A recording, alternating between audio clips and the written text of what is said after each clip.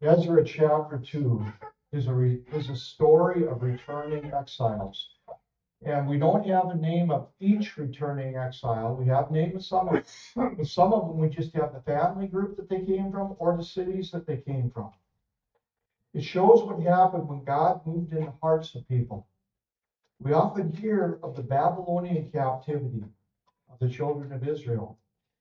In many ways, it was more of an exile than a captivity.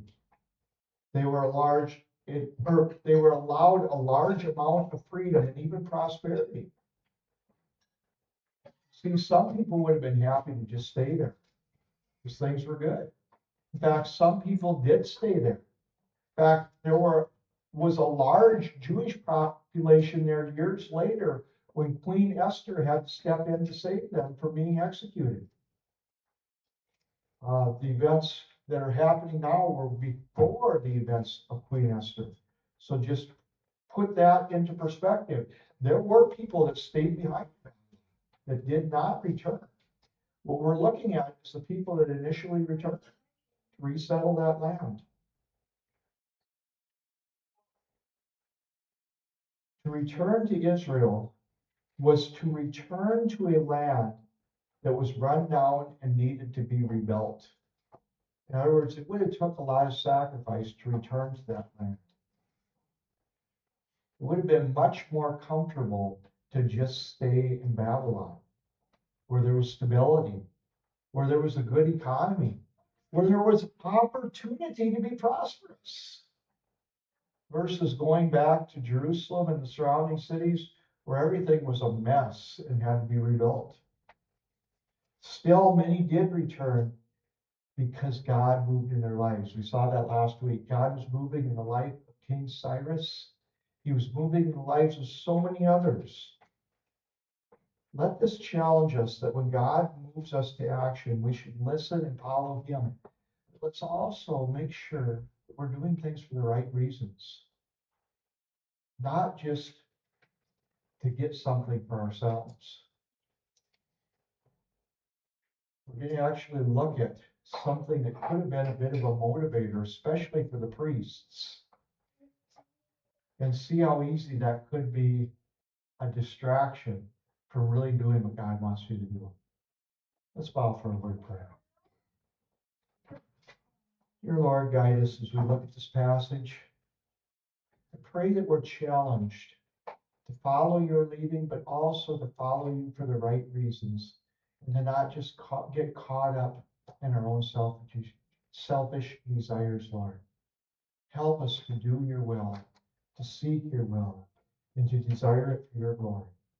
In Jesus' name, amen. The Jewish people have been exiles in Babylon, and now they get a chance to return to their homeland. Let's not forget that this was their promised land, a land that had been promised to them by God.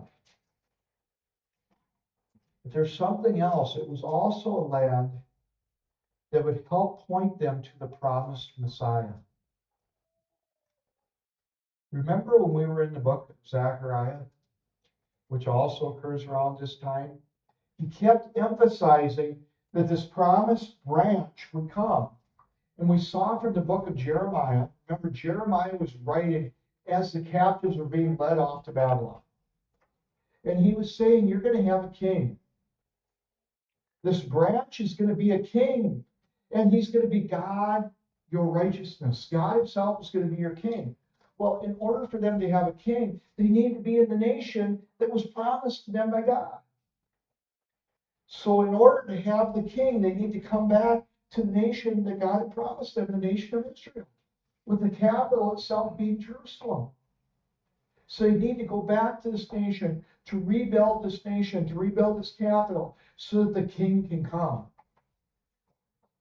I want you to get a picture of the significance of all of this to the idea of Jesus coming. Jesus coming as king, Jesus coming as Messiah. So it's very important for them to come back, not just for their own heritage, but for the promises of God that involve Jesus Christ himself. You see, this land would help point them to the promised Messiah. a land that would bring us all to Jesus. It was important for them to return so Jesus could come as their king. God uses the returning exiles to accomplish his purposes. Let's not forget that temple being rebuilt is a key part of it. And that temple is being rebuilt so Jesus can minister by going into the temple, by being in the temple. Look at verses 1 and 2 of Ezra chapter 2. Now these are the people of the province who came out of the captivity of the exiles, whom Nebuchadnezzar, the king of Babylon, had carried away to Babylon, and returned to Jerusalem and Judea, each to his city. These came with Zerubbabel, Jeshua, Nehemiah, Sariah, Reliah, Mordecai, Bilshan, Mizpar, Bigvia, Rehum, and Baanah, the number of men of the people of Israel. I don't know who Bigvia and Rehum are, but Baanah. Some of those names aren't familiar, but some of them are. From the book of Haggai, the book of Zechariah, you probably recognize names Zerubbabel and Jeshua. That sounds a lot like Joshua. By the way, it's the same Hebrew word. So our translators, the translators that translated Ezra versus the translators that translated Zechariah, understand a lot of our translation comes from the King James. They did a lot of really good work. And there was a huge team of translators that worked on that work. And some of them would take on one book, another would take on another book. Well, understand, they're translating and they're trying to transliterate some of these names. This really makes me feel a lot better about reading these names today. And I mispronounced some of them. The translators, some of them translated Joshua, some of them translated Jeshua. So the translators that worked on Ezra versus the ones that worked in Zechariah, some call it Jeshua, some call it Joshua. So if I mispronounce some names as I read this morning, I'm not going to feel terrible bad about it because people way smarter than I am couldn't agree on exactly how to pronounce some of these names. I hope that encourages you too as you try to pronounce some of these names. And what really helped me is when there were so many more audio resources compared to what there used to be. I mean, just from now compared to 20 years ago even, we have so much more available to us. And I'm able to listen to so many different preachers on audio and scholars talking and commenting on different passages. And hearing them pronounce these names different, I'm like, I guess I don't have to get it perfect. But anyway, Joshua is that high priest Joshua that we read about earlier, Zechariah and Haggai. And Zerubbabel is the governor. You might also recognize the name Nehemiah. If you know your Old Testament books, you know that the book of Nehemiah comes right after the book of Ezra. So that brings us some questions about Nehemiah. Nehemiah was the guy that returned to Jerusalem to rebuild the wall. Long after Ezra had been there to get the work going for the temple. In fact, by the way, Ezra isn't even there yet as we're reading this. Ezra comes later. There'll be later chapters in the book of Ezra. He'll tell when he comes. But Ezra isn't even there yet. But he's just got the account of the people that went. Nehemiah is going to come decades later. So the question is, did Nehemiah initially come and then go back and then get sent later to return again? Or is it a different Nehemiah? I don't know. Evidence seems to suggest it's a different Nehemiah. I'm kind of leaning that direction, but I'm not dogmatic. If you want to study it yourself, go ahead. The other interesting figure is Mordecai. That's the same name as Esther's cousin or uncle. depending on which translation you have. Some say it's her cousin, some say it's her uncle. There again, that takes place years later. Did Mordecai go and then be a really, really old man by the time Esther takes place? And he had returned back to Babylon after having gone to Jerusalem? There again, we don't know. It's also possible that it was a real common name. Because as we read through that list of names, we saw a name that says, oh, and the other guy had that same name. You heard that, read through that. So we don't know that this Nehemiah and this Mordecai are the same ones. They would have had to have been really old men for it to be possible, but it might be. So just take that for what it's worth. It's not something that's critical to our understanding of the passage. It's a little bit of trivia because these are somewhat familiar names, and it helps you to just look at it. What I want you to do is I want you to start asking questions. I want you to realize this Bible is interesting. These names are interesting, and these names aren't mistakes. And start asking the questions to try to figure out clues. If you don't find all the answers in this lifetime, that's okay. But don't be afraid to ask questions. It makes a scripture that much more interesting because all of a sudden you find possibilities. And it'll give you an excuse to dig into the scripture. It's kind of like trying to solve a puzzle. Some of you probably like crosswords or Sudoku. Well, start doing a deep dive on Mordecai and Nehemiah. It's just kind of fun. So I'll leave it at that.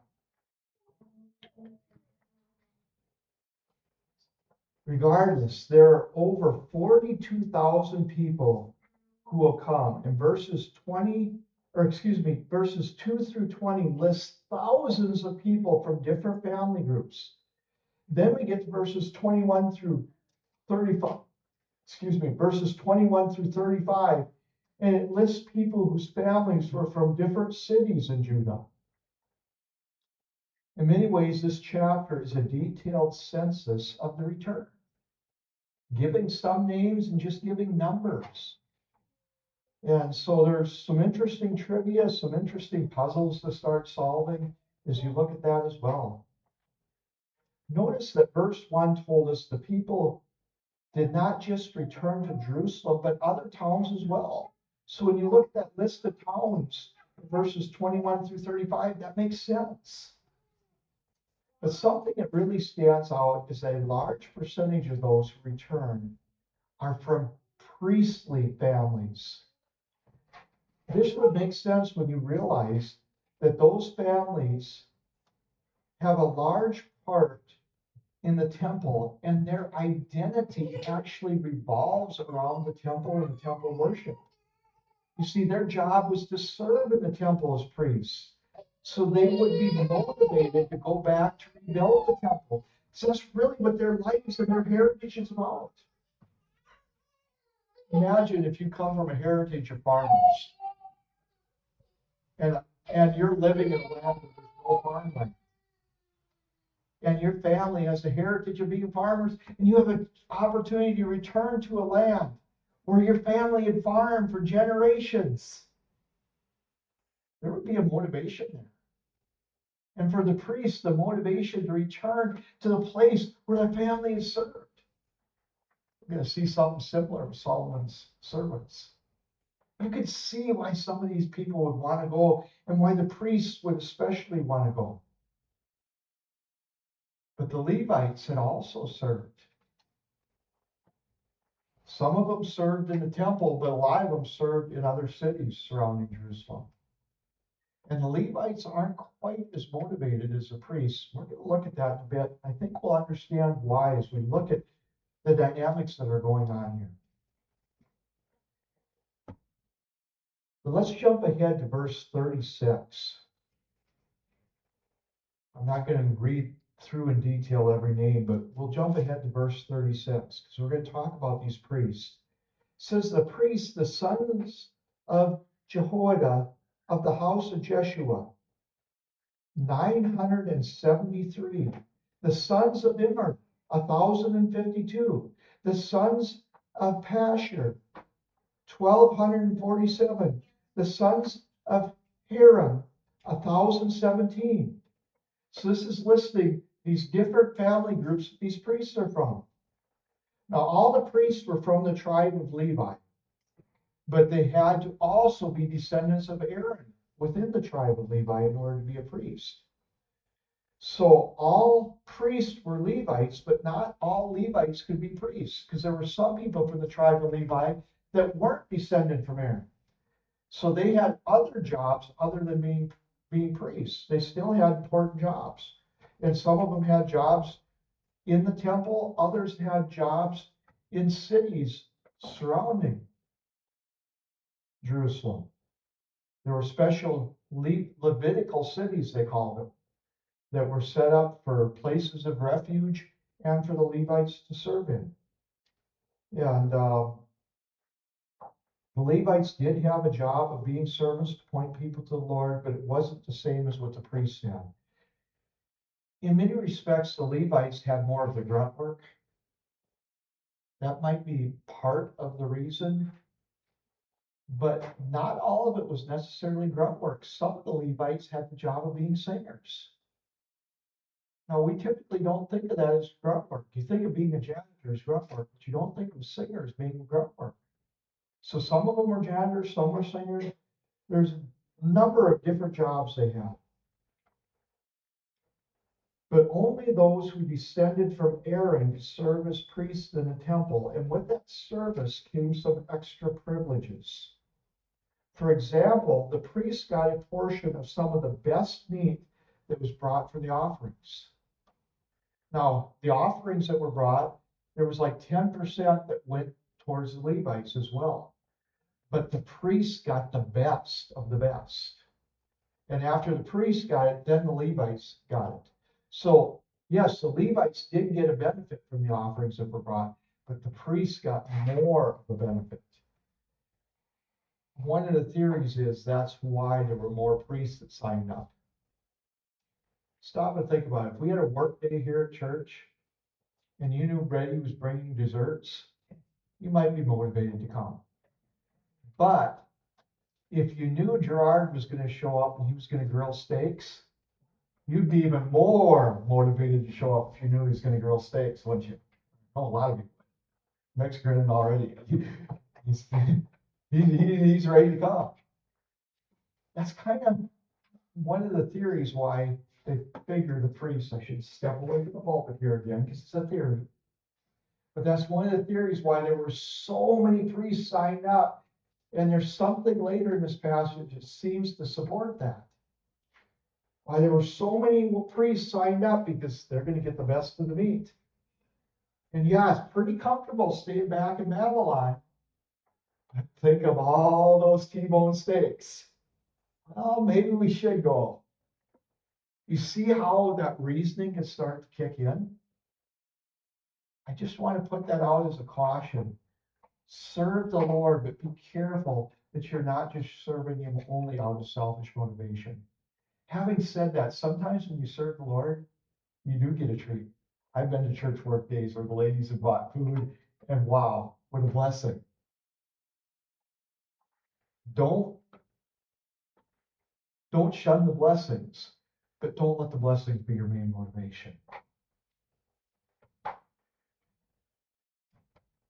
So we have these priests, we have these offerings, and we have way more priests signing up to come than we have Levites signing up to come, even though it makes sense to believe there would be way more Levites than there are priests, because only those that were descendants from Aaron can be priests. So it doesn't make sense that there would be more priests than there are total Levites, but there are way more priests signed up to go to Jerusalem than there are Levites that sign up. So verses 40 through 43.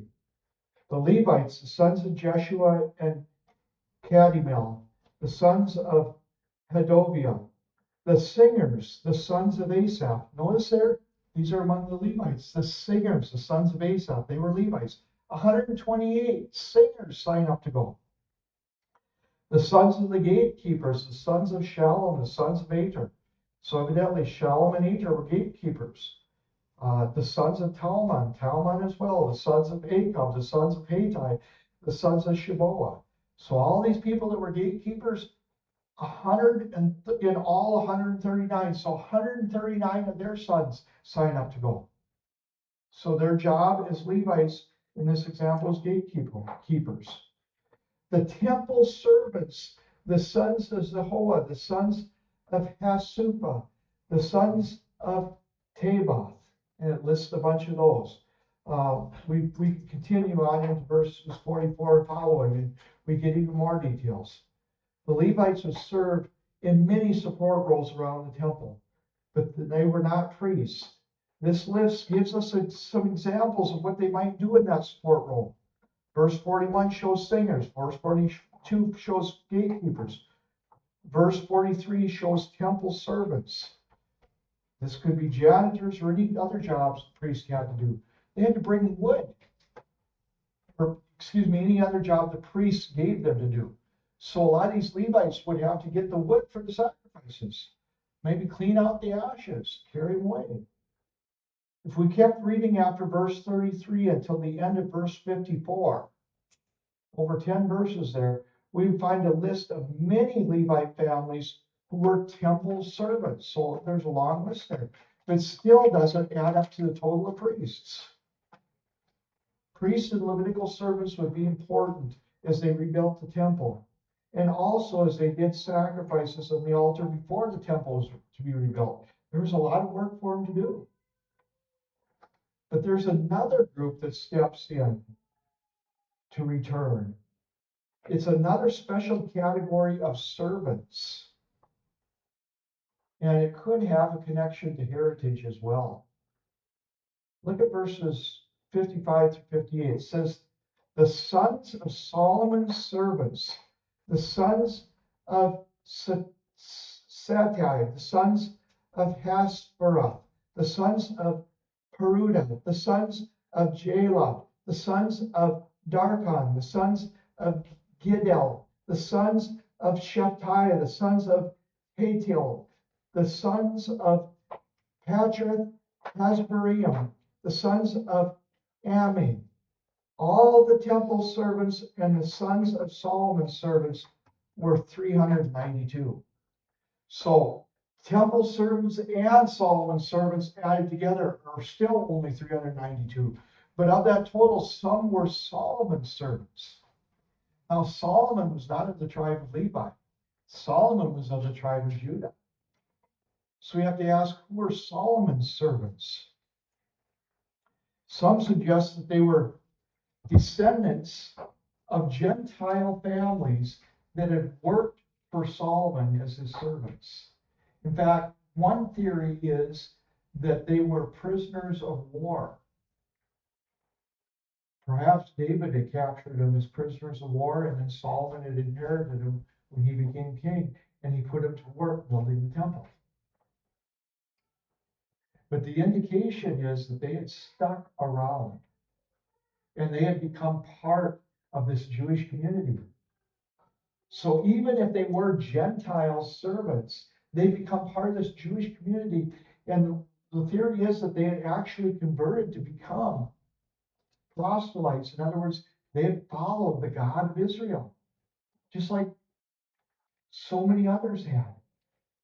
Think of Ruth. She was a Gentile who converted to follow the God of Israel. So we have these servants of Solomon, and one of the theories is that they were just servants, even Gentiles, who later converted and were committed to seeing the temple rebuilt. Because guess what? Their forefathers who worked on it. And so they had a family heritage of having rebuilt it. And they wanted to identify with the God of Israel. And they says, yeah, we want to come along too.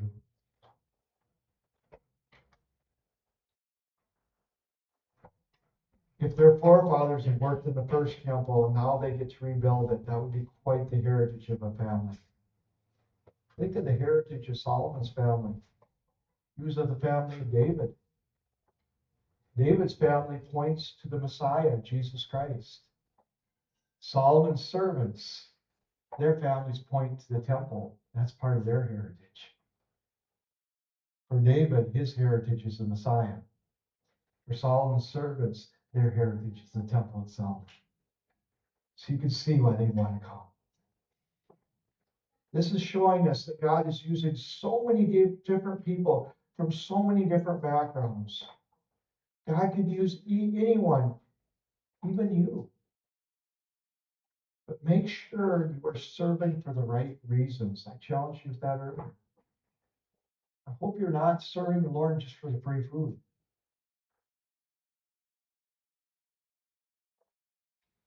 You see, not just anyone could do whatever they wanted to do. Certain families with certain heritage had the right to be priests. In fact, certain families with certain heritages had the right to be in the line of David to be king. This is all important for us to grasp, that there are certain families with certain heritages that had a right to something. And we might say, well, that's not fair. Whether it's fair or not in our minds, because we don't have royalty in this country, so it's hard for us to even think about royalty, or to think that certain family groups would have privileges, because that kind of goes against so much of what we look at as equity. And by the way, what we look at as equity isn't necessarily wrong to be looking at it that way. I'm not saying that. What I'm saying is God set things up for a specific reason without equity in certain aspects in order to paint a picture. So why would he have that inequity within the Levites to say that only certain ones could be priests? For the same reason that he wanted to establish that only certain people from the line of David could be the Messiah. Because what did that do? It pointed us to Jesus.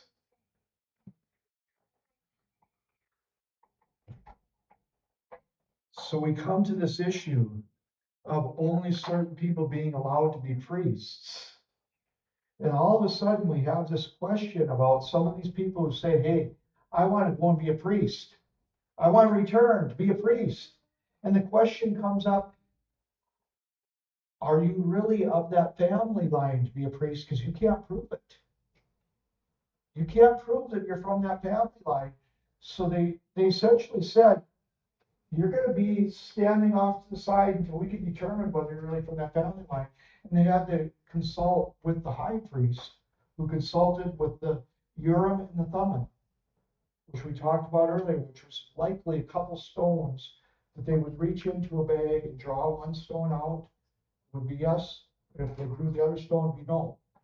Like I said earlier in the introduction, some people believed that it was two stones that lit up, one yes, one no. Regardless of how it worked, they had to consult with that. Because the question is, are these people really from the priestly line?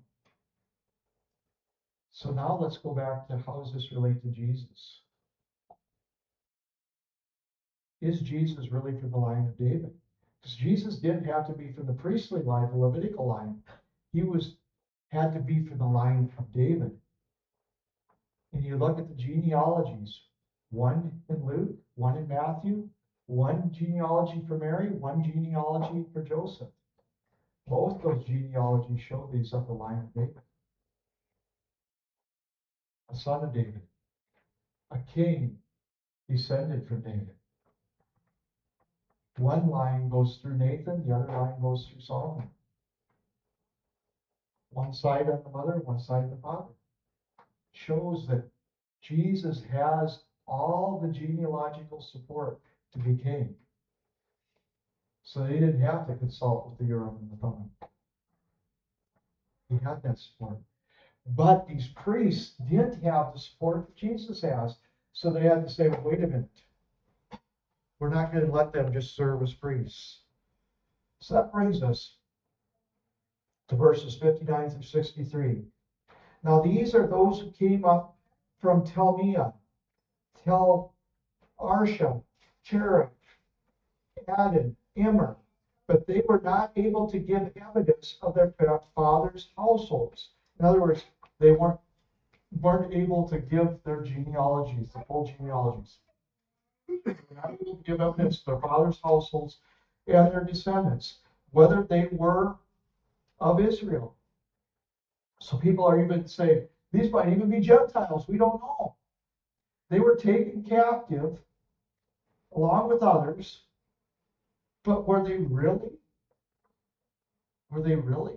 priests, let alone Israelites? Verse 60 says, the sons of Deliah, the sons of Tobiah, the sons of Nekoda, and the sons of the priests, the sons of Habiah, the sons of Hakaz, the sons of Barzillai, who took a wife from the daughters of Barzillai the Gileadite, and he was called by their name. They searched among their ancestral registration, but they could not be located. Therefore, they were considered unclean and excluded from the priesthoods. They weren't allowed to serve as priests. And the governor said to them that they should not eat of the most holy things until a priest stood up with Urim and Thummim. So they couldn't eat of the most holy things, that special meat the priest got, the best cuts of meat, they couldn't eat of them until the priest stood with the Urim and Thummim. In other words, the priest had to consult with God to say, yes or no, are these guys really priests? Notice it says there's a connection to the Gileadites. The land of Gilead was the land across the Jordan River. Remember the tribe of Reuben, the half tribe, or the tribe of Reuben, the tribe of Gad, the half tribe of Manasseh are the ones that lived over there. And they were sometimes almost forgotten about because they were on the other side of the Jordan. It was the far reaches of the land of Israel. And these people had a connection to that land. And so the question is, that was in the far reaches of Israel. Are we sure they're even Israelites and that they're not Gentiles? So they had to consult. They had to make sure. That's what's going on here. And notice it says they couldn't eat of the best meat until they found out. That was probably one of the motivations why they wanted to go as priests, because they would get the best meat. And they're saying, hold on, we got to make sure. But regardless, we have over 42,000 people returning.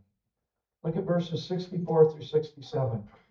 The whole assembly numbered 42,360, besides their male and female servants, who numbered 7,337. And they had 200 singing men and women. Their horses were 736. Their mules, 245. Their camels, 435. Their donkeys, 6,720. Not only did a lot of people go back, not only was there a lot of livestock, but those who were prosperous shared a lot of their resources, including silver and gold. Look at verses 68 and 69. It says that some of the heads of the fathers' households, when they arrived at the house of the Lord, which is in Jerusalem, offered willingly for the house of God to restore it on its foundation. Notice they're offered willingly to give money towards the house of God to get it back on its foundation. Now here's what's really neat. I'm going to just pause here. So we're going to find out later that King Cyrus actually gave a grant. He says, I'm going to fund this. I'm going to give the money for the resources to fund this. But knowing that there was a grant from the government of Persia to rebuild the temple, we still have these people saying, we're going to give money so this temple can be rebuilt. Now there's a question if some of that money was given to just help with travel expenses so that people could go there to rebuild the temple, or if they were giving all this gold and silver to actually buy resources for building the temple.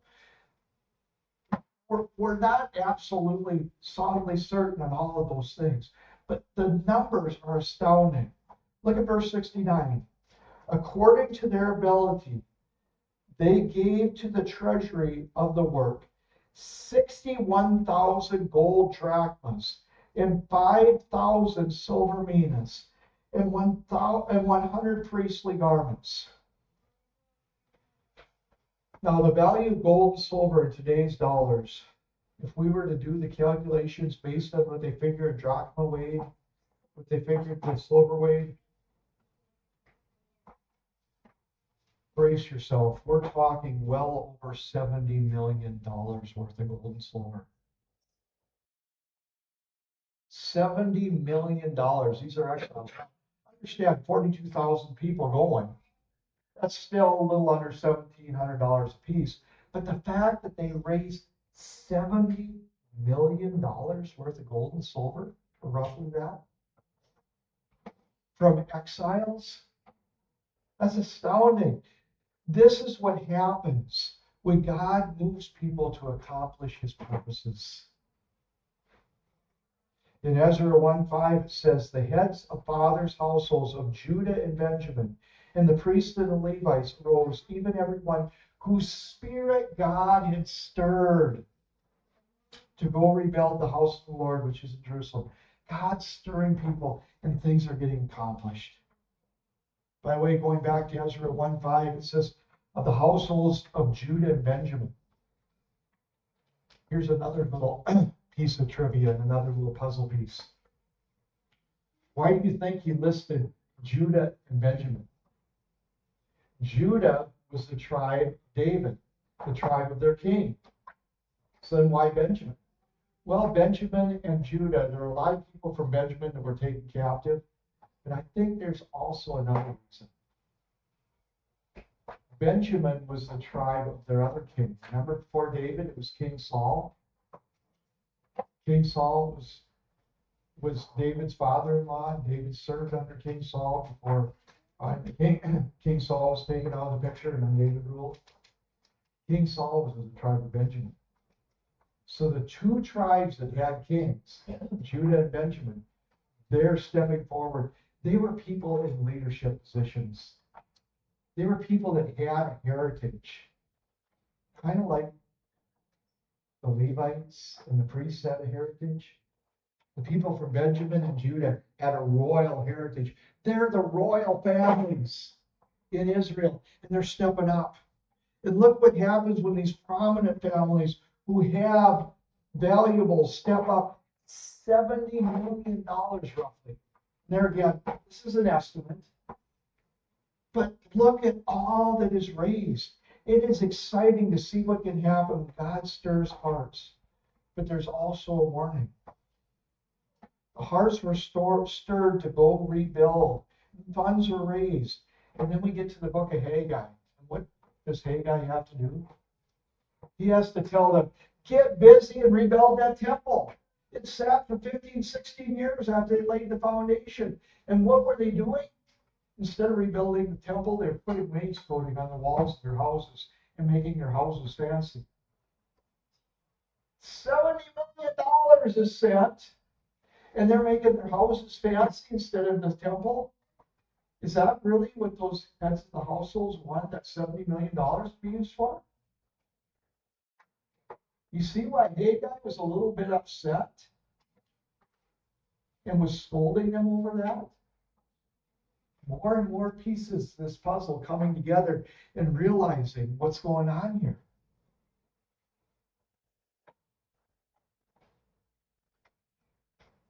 Then look at the ending of Ezra chapter 2, verse 70. Now the priests and the Levites and some of the people, the singers, the gatekeepers, and the temple servants lived in their cities, and all Israel in their cities. So notice that not everybody goes right back to Jerusalem. They're going back to their cities. This also helps to explain why the work in Jerusalem of rebuilding the temple kind of got pushed to the side. Because there's a lot of stuff going on here. These cities need to be built. Jerusalem itself needs to be rebuilt. The people that are settling in Bethlehem and the other cities around there need to fix up those towns. And it's easy to forget about the temple. God stirred their hearts to get them to go back, and he's not going to let them forget about the temple. He's going to bring guys like Haggai and Zechariah say, get to work. Get going in that temple again. But there's so many things that can distract us. Wanting to put wainscoting on our own walls. Wanting to get the steak suppers and having that motivate us. But to realize God's providing these resources. God's providing the people. God's providing the finances. Put your focus on God and trust Him. He stirred your heart to go. Don't back off. That should have been the message for these people. But you know what? Those people aren't here for me to talk to today. You are.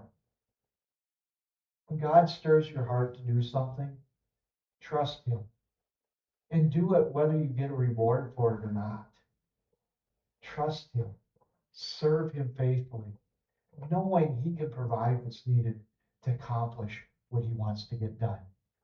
And if He's able to use you to do it, whether you're just a temple singer, whether you're just a gatekeeper, or whether you're just one of the other people that just went along to go along, be there to support the work of the Lord and be faithful. Follow the Lord and know He'll provide the resources. I'm going to give you time to reflect in prayer. Ask the Lord to use you for His glory.